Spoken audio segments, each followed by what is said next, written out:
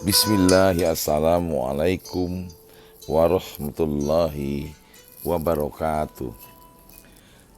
Dalam Al-Quran surah An-Nur ayat 2, Allah telah berfirman, pezinah perempuan dan pezinah laki-laki deralah masing-masing dari keduanya 100 kali, dan janganlah rasa belas kasihan kepada keduanya mencegah kamu untuk menjalankan agama hukum Allah, jika kamu beriman kepada Allah dan hari kemudian. Dan hendaklah pelaksanaan hukuman mereka disaksikan oleh sebagian orang-orang yang beriman. Sahabat mercusuar hati yang berbahagia, ada sekelumit kisah nyata yang pernah terjadi pada sebagian bangsa ini yang mungkin kita telah lupa atau kita belum mengerti atau belum mengetahui. Sayangnya, peristiwa yang penuh dengan pelajaran ini sama sekali tidak disinggung-singgung sedikit pun di dalam buku pelajaran di sekolah. Kita dan anak-anak kita tidak pernah tahu jika ada sebuah desa yang penduduknya nyaris sama dengan kaum Sodom Gomora. Mereka senang bermaksiat sehingga mereka oleh Allah Subhanahu wa taala dikubur seluruhnya dalam satu malam hingga tidak bersisa. Satu desa bersama seluruh penduduknya lenyap dalam satu malam tertutup puncak sebuah gunung yang berada agak jauh dari lokasi desa itu. Siapa yang mampu memindahkan puncak gunung itu ke suatu tempat untuk mengubur satu desa kecuali Allah yang Maha Kuasa? Inilah kisah tentang Dukuh Legetan yang masuk dalam wilayah Banjarnegara, Jawa Tengah. Kejadian yang terjadi pada tahun 1955. Dukuh Legetan adalah sebuah dukuh makmur yang lokasinya tidak jauh dari dataran tinggi Dieng, Banjarnegara, sekitar 2 km di sebelah utaranya. Penduduknya cukup makmur dan kebanyakan para petani yang cukup sukses. Mereka bertani sayuran, kentang, wortel, kubis, dan sebagainya. Berbagai kesuksesan duniawi yang berhubungan dengan pertanian menghiasi Dukuh Legetan. Misalnya, apabila di daerah lain tidak panen, mereka panen berlimpah. Kualitas buah dan sayur yang dihasilkan juga lebih baik daripada yang lain. Namun, mereka bukannya bersyukur dengan segala kenikmatan ini, mereka malah banyak melakukan kemaksiatan.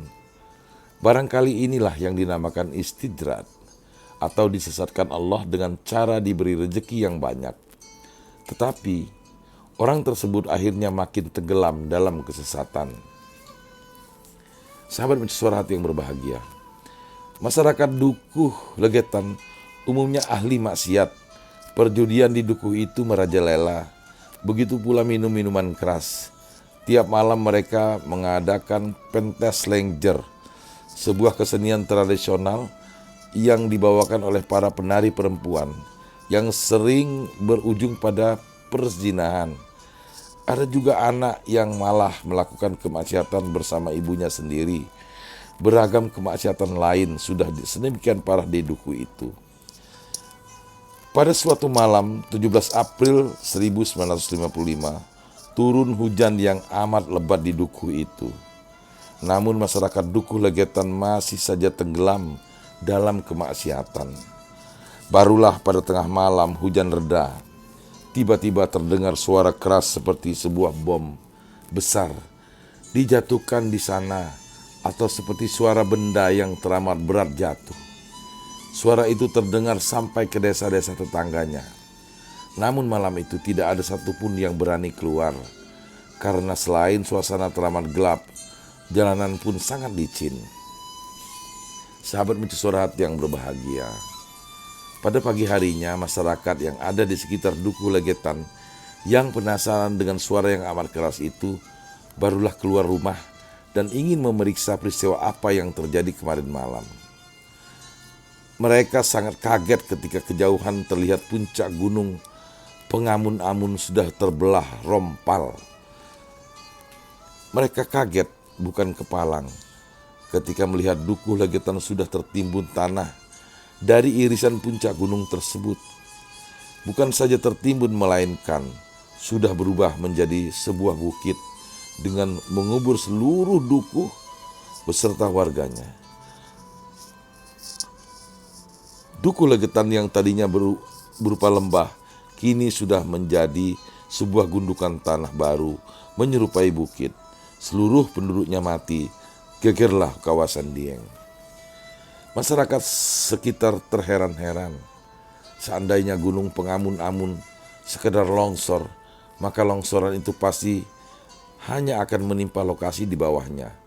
Akan tetapi, kejadian ini jelas bukan longsornya gunung. Antara dukuh legetan dan gunung pengamun-amun terdapat sungai dan jurang yang sampai sekarang masih ada. Namun, sungai dan jurang itu sama sekali tidak terkena longsoran. Jadi kesimpulannya, potongan gunung itu kemarin malam terangkat dan jatuh menimpa dukuh legetan.